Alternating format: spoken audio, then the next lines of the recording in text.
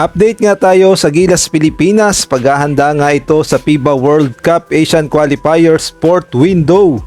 Tuloy-tuloy pa rin ang ensayo ng ating Gilas Pilipinas dahil mabigat na hamon ang kanilang kahaharapin sa 4th window dahil alam naman nating lahat na nangangailangan ng dalawang panalo ang Gilas Pilipinas, kaya naman seryoso ang lahat at pinaghahandaan talaga ang 4th window at sa ngayon ay nasa matinding training ang Gilas Pilipinas at pinag-aaralang mabuti ang mga game plan at ang mga posibleng gawin sa kanilang mga makakaharap. At pagdating naman dito sa 20-man pool, yung iba nga rito ay hindi na maglalaro sa Gilas Pilipinas.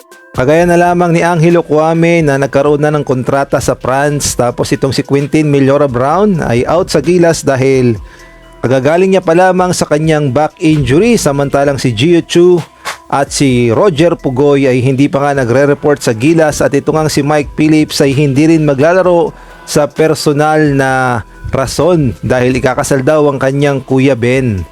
At ito nga, marami ang nagtatanong dahil sa pagbabalik nga ni Scottie Thompson, ang original point guard ng Gilas Pilipinas.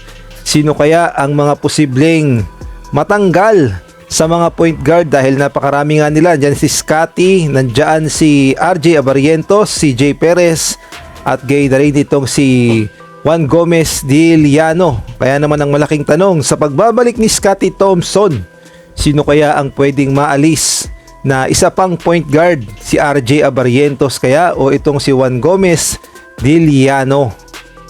Samantalang ang South Korean basketball ay naghahanda na nga sa kanilang magiging tune-up game kontra nga sa Gilas Pilipinas B at naglabas na nga sila ng ticket dahil mangyayari nga ang tune-up game sa September 4 hanggang 6 kung saan makakaharap nga ng South Korea ng ating Gilas Pilipinas o ang PBA Gilas Pilipinas at ito nga ang Final 12 ng South Korea. Pasok nga sa Final 12 itong si Lee Wensuk na may height na 6'8 at itong si John Jae-suk na may height na 6'8, si Yu Jin-suk na may height na 6'8, si Lee Yun-jung na may height na 6'7, si Lee Sung-yun na may height na 6'6 at si Lee Woo-suk na may height na 6'5. Pasok din si An Yung-jun na may height na 6'5 at itong si Yuki Sang na may height na 6'2. Pasok din si Eddie Daniel na may height na 6'2 at si Moon Yun-yeon na may height na 6'2 at si Lee Jung-yun na may height na 6'2 at si Baeon Jun Yong na may height na 6'2. Ito nga ang Final 12 ng South Korea at ito ang itatapat nila sa Gilas Pilipinas o PBA Gilas Pilipinas. Kaya naman ang malaking tanong, sino-sino kaya ang siguradong papasok sa Final 12? Ngunit ayon nga sa report, pasok na sa Final 12 sila Cedric Berfield, Adrian Nocum at si Robert Bolick at gayon na rin si Xavier Locero. Sila pa lang ang mga kumpirmadong pasok sa Final 12 ng PBA Gilas Pilipinas. Kaya naman abangan natin kung madudepensahan ng Gilas Pilipinas PBA All-Star ang gintong medalya sa Asian Games at ito ang schedule ng laban.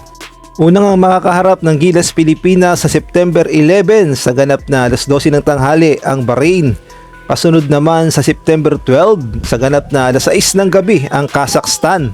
At sa September 14 naman sa ganap na alas 12 ng tanghali ang pinaka-aabangan ng lahat ang paghaharap ng Gilas Pilipinas at China. Dito na magkakaalaman kung makakabawi ba ang China sa Gilas Pilipinas. Sa ibang balita naman, trending na trending ngayon itong si Chog Moral, ang point guard ng Batang Gilas Pilipinas under 18.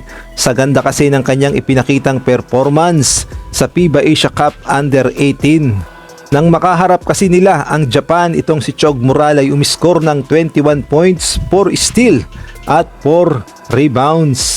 At nang makaharap naman nila ang China, itong si Chog Moral naghalimaw, umiskor ng 26 points, 6 steal, 2 rebound, 1 assist at 1 block. Talaga nga namang overall halimaw ang performance ni Chog Moral para sa Batang Gilas Pilipinas at marami nga ang nagsasabi na baka si Chog Moral ang susunod sa yapak ng the best point guard in Asia na si Jason Castro na kababayan niya dahil parehong kapangpangan si Chog Moral at itong si The Blur, Jason Castro, na alam nating lahat na the best point guard in Asia.